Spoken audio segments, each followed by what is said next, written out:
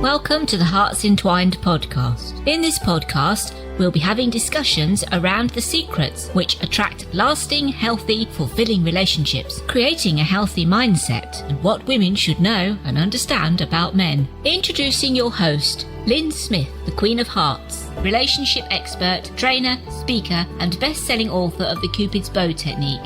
Lynn's mission is to have a positive impact in reducing divorce, domestic violence, and suicide. Welcome to the Hearts Entwined podcast. This is your host, Lynn Smith. And today, listeners, I've got a really lovely lady. Her name is Sherrie G. And she is called the CSI of Self-Discovery. So welcome, Sherrie. Thank you for having me. Just briefly explain for the benefit of the listeners what the CSI of Self-Discovery is actually all about. Well, I call myself the CSI of Self-Discovery because I'm used to working with women who come to me during a transition in their lives. A lot of times they're wondering where they should go. They explain to me that they've lost themselves and they don't know when and where they lost themselves. So I actually was a law enforcement officer for 20 years. And so I am very good at investigative work. And so I use my platform, CSI of Self-Discovery, to help women find themselves and to really find out things that they want to do, find out where they want to transition to, and just to help them discover more about themselves before they make transitions in life. Excellent. Love that. I love what you do as well. So what actually led you to sort of leave? Because I am actually an ex-police woman myself, although I didn't do 20 years. I did 5 years in my younger days. But what actually led you to sort of get involved in this sort of work that you're doing, you know, on the back of your previous history? Well, while I was a police officer, I decided to go to school in order to become a therapist because I really was not satisfied with just, arresting people and not, knowing what the issues were with them, what kind of things were happening with them. I wanted to be able to provide more resources for people because a lot of people who commit crimes, we know, and yes, that they may have mental health issues, they may have things going on at home that they may need help with. And so it wasn't good enough for me to just arrest someone. I always wanted to be able to provide resources for people. And so I got into therapy and I really loved it. And I find myself wanting to know more about why people do things. And so that's what led me to coaching, because a lot of women would come to me and talk to me about different things, relationship issues and things that are going on with them. Maybe they need to make a difficult decision and they don't know how. Sometimes they will want to find out things. So that's what kind of led me to coaching and working with women on relationships. Excellent. Yeah, I think you're very much a people person, as I am, but, wanting to do more than, like you say, be on the end of just arresting people and then not actually helping people address their underlying issues and problems. So, yeah. My hat goes off to you, and we're both very aligned on our path in that regard. So, going to the subject of do I stay or do I go? Have you got any sort of, I suppose, case studies? I obviously don't expect you to give out any names, but situations that you could give our listeners a handle on in terms of explaining what you do and why you do it? Well, I have a number of women that say I like to work with women because women, they like to communicate. And so a lot of times I find myself, when I work with men, they may not communicate as much. And so I just work with a lot of women, but I do work with couples as well. But a lot of women come to me, and I can just give you a little scenario. A woman may have come to me and would say something like, I am in the middle of the relationship. I don't know how to get out of the relationship. I want to get out of the relationship, but I have so much time invested and there's so many other issues and I need to know what I need to do. Or they may come to me and say, hey, I'm in the middle of a career change. I don't feel like I could be my authentic self. at work.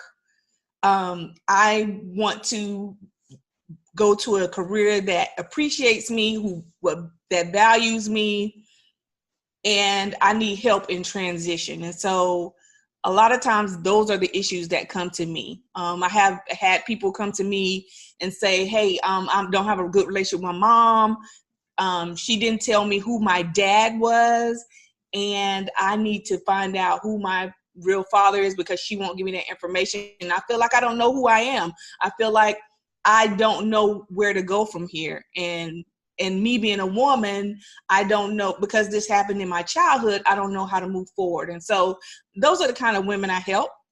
But I'm going to tell you about one particular woman that I got to help. I can't tell you the whole story, but I can tell you a little snippet. Yeah. A woman came to me and said, I've been in this relationship with this fella, and I've been in this relationship for a long time. And actually they were married. And he hasn't changed. He doesn't take responsibility. I feel like I'm holding the relationship together. I don't feel like he contributes to the relationship, and I don't like who I've become. I've become this person who just supports this man, and I don't give him room to be responsible. And so I don't like who I've become. And so I need to find a way. Do I stay in the relationship or do I get out of the relationship? And so a lot of people come to me with that predicament. I need to know do I need to make a decision about staying or should I go? Wow. So how do you sort of unpick all that? Where do you start? So the first thing I start with is trying to find out, first of all, does the person do they have a healthy relationship with themselves?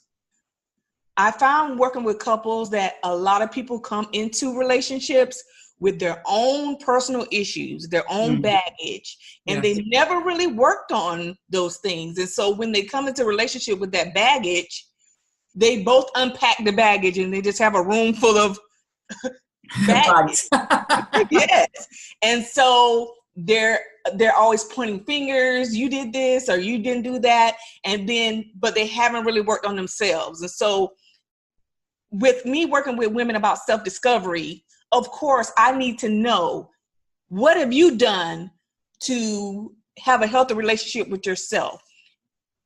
Do you have any trauma from your past? I have to go dig deep down in their past. And that's where the investigative work comes in, because Yes.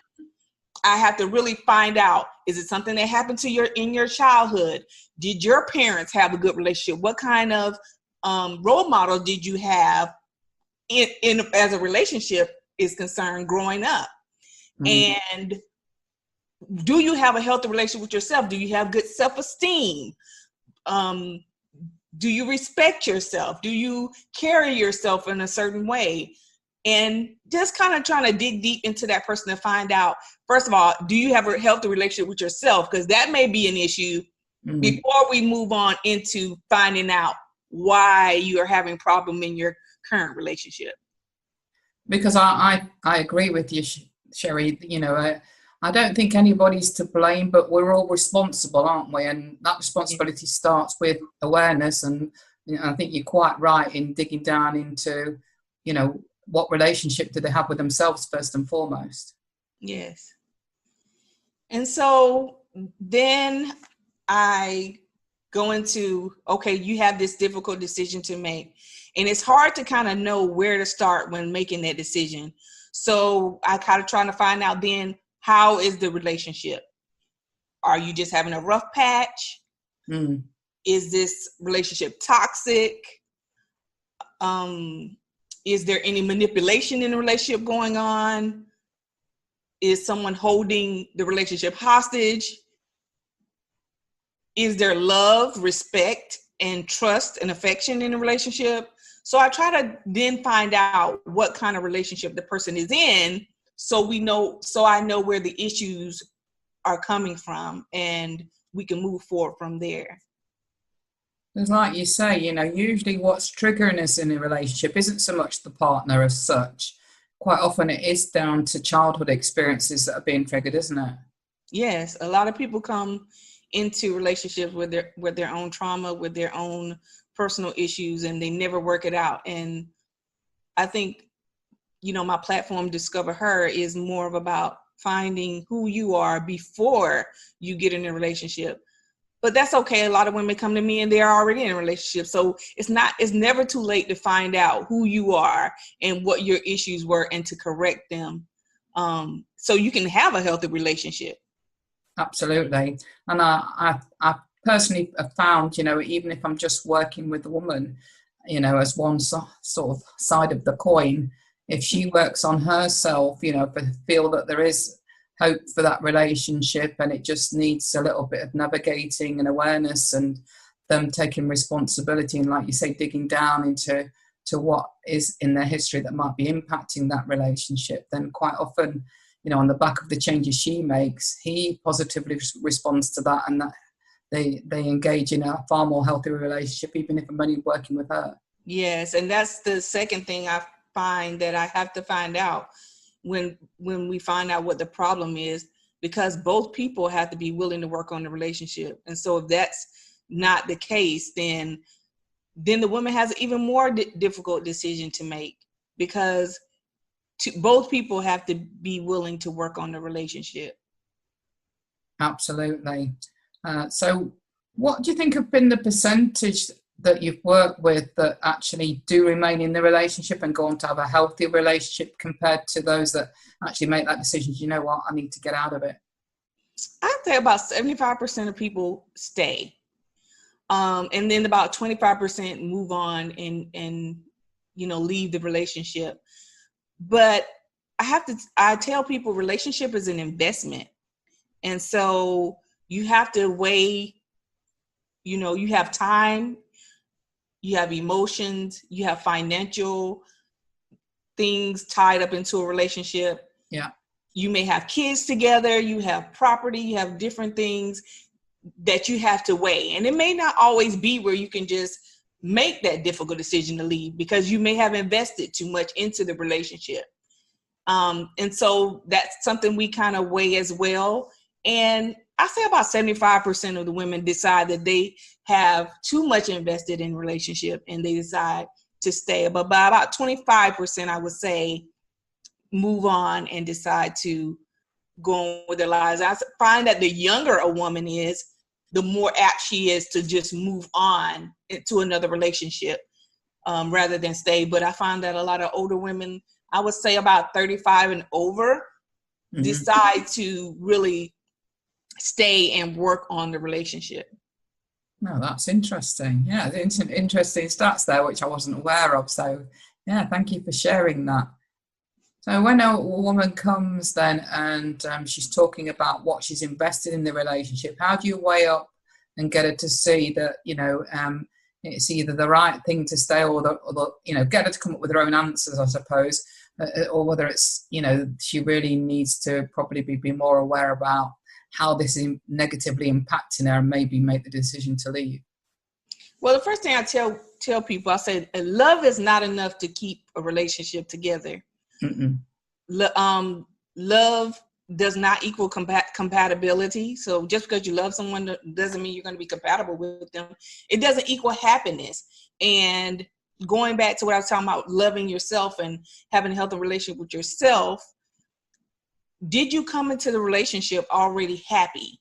Happy is an adjective. It's not a verb. You can't depend on someone to make you happy. You have to already be happy when you come to a relationship. Your happiness is your responsibility. So if you're looking to go into a relationship in order for someone to make you happy, then that's the first clue right there that it's probably a toxic relationship, because now you're depending on that person to do something that you should be doing for yourself.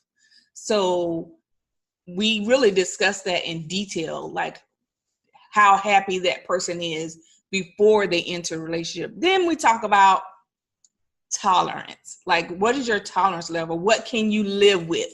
A lot of people come to me thinking that I can change their relationship, and I have to let them know that you can't change a person. That person has to want to change on their own. So what you can do is change how you react to a situation, or how you respond to that person. So it's all about working on yourself. Now, what can you tolerate? Does that person go against some morals or values that you may have? Are they emotionally or physically abusive? And what have they sacrificed for the relationship? What have you sacrificed for the relationship? And so we really have to, again, dig deep and talk about what are the issues? What can you live with? Because when we're married to someone or we're in a relationship with someone, it's all about what can you put up with? What can you tolerate with that person? And so that's going to determine whether or not you decide to stay with the person or not. But it shouldn't be about changing a person, because we have to realize that, a person has to want to change, and we can't change them. So we have to figure out our tolerance level in relationships. I agree 100%. And I do feel that women, especially in my experience, and I don't wish to sort of generalize too much or hop on too much about that, but in my experience, are especially bad at going into relationships thinking, oh, well, there's certain things I'm not really happy about with him, but I'll tolerate them because I'll change him, Have that attitude, don't they, that they're going to change him rather than inspire him to change himself. Rather, the thing is that, like you said, it's got to be down to the individual. They've got to be inspired or motivated to change. You can't force it or try to change them, because they'll resent that. Right. I find that a lot of the trouble or a lot of the issues come about when you first start dating a person. So we all should have boundaries in dating. Sometimes we allow people to extend those boundaries beyond what our true boundaries are. Yeah. And so if you have different morals and values, and that person does something, and you say, oh, well, I'm going to let them, just get away with that this time, or I'm going to overlook that. Then you have extended your boundaries. And so I find that a lot of people, when they have relationship issues, it's because when they first started dating, they extended their boundaries again and again and again and again until there were no boundaries. And they found themselves compromising their happiness and compromising themselves in order to hold the relationship together. And so it's very important that, in the beginning of a relationship, that you establish those boundaries, and you don't, allow someone to keep extending themselves beyond those boundaries. Yeah, absolutely. Because, we have to take responsibility. If we do that, if we do, like you say, extend those boundaries, then we're actually condoning that other person's behavior as a message that we're sending them. And then, then we're blaming them afterwards for continuing that behavior when we've not nipped it in the bud to start with, by, like you say, there being a consequence for that. Yes. And so I think a relationship should enhance your life. It shouldn't make your life worse than it already is. My dad always said something to me. He says, if you're in a relationship with somebody, you should be a better person because of that relationship. Yes. You should be better than you are. If you had a nickel, then you should have 2 nickels now. If you have one house, then you should have 2 houses now. If you were, lovable before, you should be even more lovable now. You should be just a better person because of a relationship. And if you find yourself in a relationship that doesn't make you a better person, then you should really be looking at making that decision about whether or not I should stay or whether or not I should go. What a wise, wonderful father you have. Yes, he is. And that is something I think that is quite rare, unfortunately, as well, isn't it? Having good role models as parents. Yes. I think that's very important too, because how our parents are in what we see, even little things as far as how they respond in conflict with each other is going to determine how we are when we get into relationships. And so I think it's very important, like I said, to dig deep and find out, how did your what kind of role models did you have as far as relationships are concerned? And what kind of habits whether it be bad habits or good habits. What did you pick up from them? What have you taken into your relationships now? And what can you develop on your own so that you're not carrying bad habits from childhood or childhood trauma into your current relationship? Yes. It's very, very important to identify these things. It's funny because I heard a story about some twin brothers, and it was in a documentary. One was in prison, he'd led a life of crime and, addictions and what have you. And the other twin brother was a very successful entrepreneur. And they was interviewing these guys, and they were asked one question that they both gave the same answer to. Why did you end up being where you are? And they both got the same answer: because of my father. And one had followed in his father's footsteps because his father was a lifelong criminal in and out of prison and habitual, in his addictions. And the other one had decided because his father was like that, he wasn't going to be anything like that. Well, that's good. I think a lot of times we don't realize how many things that happen in our childhood that that really affect us and we take into our adulthood. Another thing that I always try to ask people are your expectations realistic? A lot of times we get into relationships and we see the potential in people and we want to date them or marry them based on that potential. But what you're doing when you do that is you're marrying or dating that potential. And potential doesn't mean that it's 100% positive that that person will do this or do that or be this kind of person that you want. So you got to make sure that, yes, it's okay to find someone who has certain potential, but don't get into a relationship or a marriage and depend upon that person to change based upon potential. Yeah, very true. Yeah, I think a lot of people do make that mistake and, have those expectations, and then you're guaranteeing you're setting yourself up for a fall at some point, aren't you? Yes.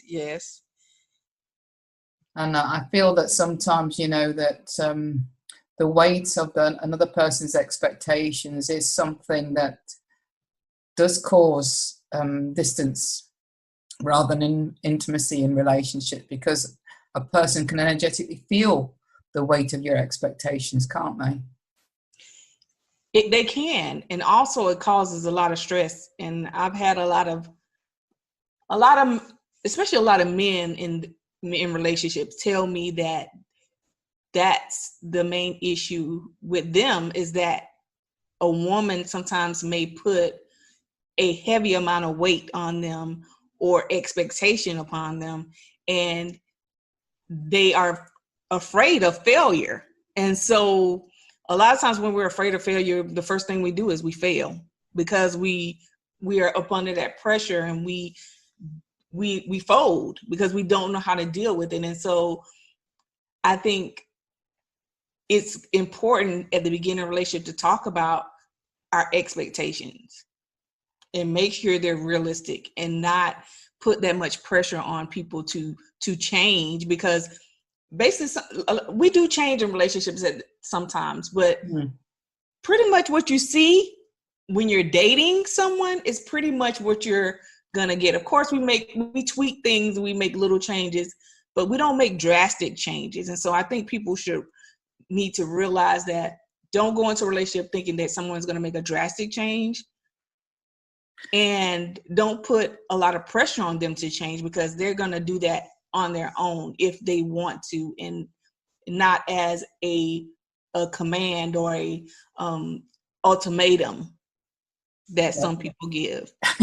That's the worst thing, is to give somebody an ultimatum. Although some people can make big changes. I mean, I was in a relationship for over 10 years with my ex-partner, and he was a binge drinking alcoholic, which I obviously wasn't aware of when I first got into that relationship. This has come out down the line. But within, one of the things I stressed right at the beginning, and like you said, have your boundaries and what you will find acceptable or not, was that I wanted to live a long, healthy life, and I didn't really want to be in a relationship with a man that was a heavy drinker, because I knew he was a heavy drinker, but I didn't realise how, what his history was. And his history was that he'd been, abusing alcohol on and off for probably about 30 plus years. But you know what? I didn't make it about him, and I didn't give him any ultimatums, but within literally about 5 weeks of us getting together, he quit drinking alcohol and became dry, and has remained dry for over 10 years now, beyond since separating. And so people can make big changes, but it isn't on the back of, like you say, giving them ultimatums. It's about saying, well, this is my preference about what I want from a relationship, and then it's up to them to decide whether they are going to change or be inspired to change on the back of what you've said or not, isn't it? Yes, giving them that free will, and then they can decide, just like you can decide as well. Am I going to stay or am I going to go? Am I going to make these changes, or am I going to leave? And so when you do that, you've given your boundaries, and so you don't have to wait around to see if that person is going to change. But if they do change, then that's great. That means that they wanted to change, and they may have cared enough to change because of something that you said or something you did, but it's ultimately their decision. And so you shouldn't just keep extending those boundaries. No. If you want to make sure that you can have a healthy relationship with that person. Yeah. And the way I did it wasn't to say to him, I don't like you drinking and you should quit drinking, or give him any sort of ultimatum. It was just about me expressing about what I want from a relationship. And I think if you present it that way, they're either inspired to change or not, because I actually did say I can't see a relationship working out with anybody. I didn't make it about him. If they're going to, be destructive to their health through drinking. So I made it general. I didn't make it about him. Good for you. That's 100% correct. And I was so proud when he said he was going. It made me cry when he said he was going to quit the drink. And then when I sort of become aware of his history, I was like, wow, my goodness, I really have inspired a big change in this guy. But it wasn't, as I said, through dishing out ultimatums or pointing the finger and saying you must do this or you must do that, otherwise we're over. It was about, me expressing my wants about what I would like in a relationship in a general sense. And that's what relationships are all about too. It's about putting out there, communicating what you want with someone and what you're not willing to put up with, and ultimately giving them the decision to if they want to change, or if they want to stay, or if they want to go. And you have the decision. You can make the decision as well to stay or go. Yes. And that's exactly how it was. It was literally, wow, okay. He's now made the decision that he knew that if, I suppose, he was aware that I would probably walk away if I didn't see that change, but I didn't force him to change. He made that decision for himself. And you're probably the reason why he changed, but you put up your boundaries and you kind of stuck with it, and it ended up being a good thing. Yeah. And I was quite, I suppose, inspired by that, because then I was able to teach women, how to present, and if they're in a similar dilemma to that, how to present what they want in a way that a guy will either be inspired to change or not, and for them to, like you say, stick to the boundaries. If they don't change, and it's not what you want in a relationship, if you're not happy, that they're, if they're abusing something like alcohol or whatever, cigarettes or whatever it is, and it's not something you're comfortable with, then you've got to be strong enough to walk away from that relationship yourself. Yes, and walk away before you have everything invested. I think a lot of people don't want to walk away because they wait until they've invested so much into that relationship that they feel like sometimes that they have to stay, or they may look around at their friends and family may kind of pressure them to stay, or they don't want to feel like they failed themselves or they failed the relationship, and so they stay regardless of those boundaries being extended. But if you should have the courage, like you said, you were willing to just walk away if it wasn't where he respected those boundaries or your morals or values. And you have to do it early on. I think when you wait and wait and wait, you are, ultimately just staying in a relationship, and you keep investing in it. And so it's harder to leave once you've invested so much into a relationship. Yeah, I agree. Absolutely, 100%. I suppose I just wanted to share that because sometimes, you can inspire somebody to change, even if it is a big thing like that. But you've got to be ready, like you said, in the early days or weeks to walk away if you don't like that behaviour and it's not something you're comfortable with. And, if it's not something you're comfortable with, definitely see that as a red flag for yourself that you need to walk away from this relationship, no matter how much you love that person. Because like you say, it's not about loving a relationship that makes it happy. That's about communication, and I'm glad you were able to communicate that and to get him to, communicate back to you through action. I think a lot of times we talk about things that we want to change, but there's not enough action. And so people sit around in relationships and they wait on some action to happen. And sometimes it doesn't happen, but I'm glad you and him were able to communicate that to each other and work on that and figure that out together. So that's commendable, and that is inspiring. Yeah, thank you. And as I say, for me, that was one of the great things I'm able to share as a coach and mentor as to how to set your standard, if you like, set a boundary, what you think is acceptable, what you think is tolerable in terms of your own morals, values and beliefs right at the start, when you're in that relationship. And then they know straight away. They either, are going to be inspired to make the change or they're not. And you certainly have to be in a position where you feel strong enough within yourself that you've built a great relationship with yourself that if they didn't change, that you'd walk away and honor yourself and honor those boundaries because you've put them in place to fulfill your own happiness. And that's the way you take responsibility in a relationship, isn't it? Yes, it definitely takes courage. I walked away from my husband after infidelity, and I explained to him that I would not put up with infidelity. And I did forgive him the first time. And I did let him know that that was something that I would not tolerate in my relationship. And when he did it the second time, I actually didn't even put up a fight or argument, and I waited until we communicated, and I waited until we were good. I think it's a lot of people like to walk out and leave when things are things are really heated, but I wanted to make sure that we were good and he was good, and that I let him know that, hey, I'm not keeping score of your wrongs. I'm not going to, argue with you, but I put my boundaries in place.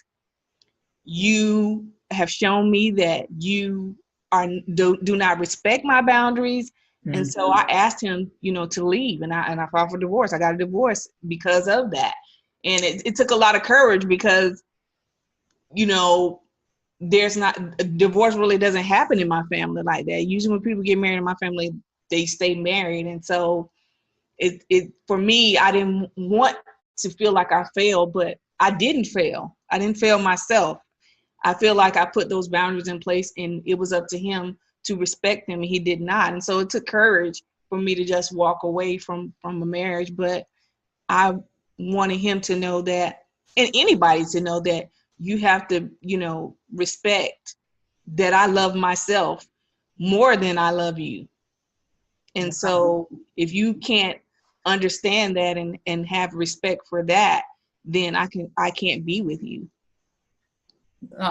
Thank you so much for sharing that, Sherrie, because it does take a huge amount of courage to do what you did and have that boundary in place and stick to your guns, because I'm sure that if you still love this man, it was very, very difficult. Yes, and believe it or not, we're still very good friends. And he always says that, you're the one that got away. Like you were such a good person to me. Like I didn't treat him bad because of what he did. I mean, we're still really good friends.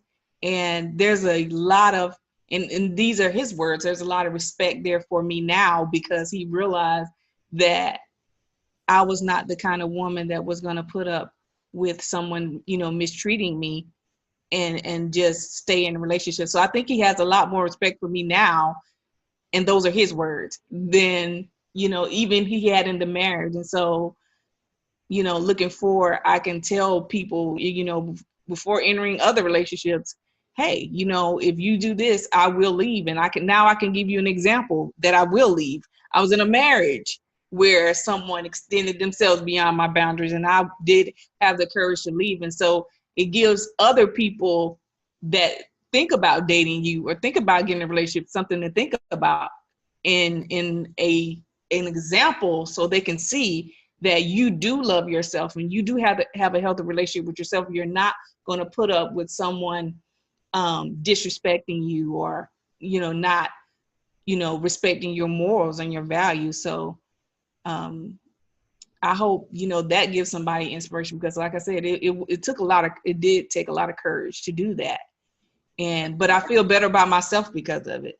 Yeah, absolutely. Well done to you, Sherrie. Thank you so much for sharing that. I'm sure there's many listeners that'll be on this podcast that'll be inspired by that.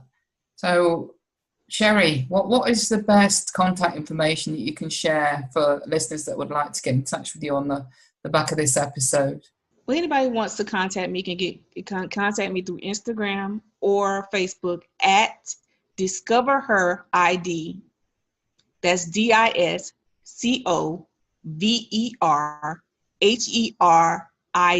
and that's one word, at Discover Her ID, and that's on Facebook and Instagram. At Discover Her ID. Thank you. Thank you so much, Sherrie. I've really enjoyed this conversation. It's been brilliant. I think we've actually uncovered quite a lot that we probably didn't realise we was going to be speaking about around our own personal stories. So, yeah, that was interesting, the way those stories have come out. So, thank you for that. It takes, I suppose, a lot of synergy between guests and hosts to inspire that information to come out, doesn't it? Thank you, and thank you so much for having me. I'm so delighted that I could share that with everyone, because we do sometimes need personal stories and that kind of inspiration to have the courage and strength to do something very difficult. So I'm so glad I was able to share. And thank you for sharing your story with me as well. And thank you for having me. You're very welcome. It was my pleasure. So on that note, listeners, I'm going to end with what I always say, and that is true love starts with opening our hearts. And until next time, goodbye for now. Thanks for listening to the Hearts Entwined podcast. You can follow Lynn via the Facebook group Two Hearts Entwined, or search Lynn Smith, inspirational speaker, at LinkedIn, or email lynn@hearts-entwined.com. That's LYN@hearts-entwined.com. Remember, true love starts with opening our hearts.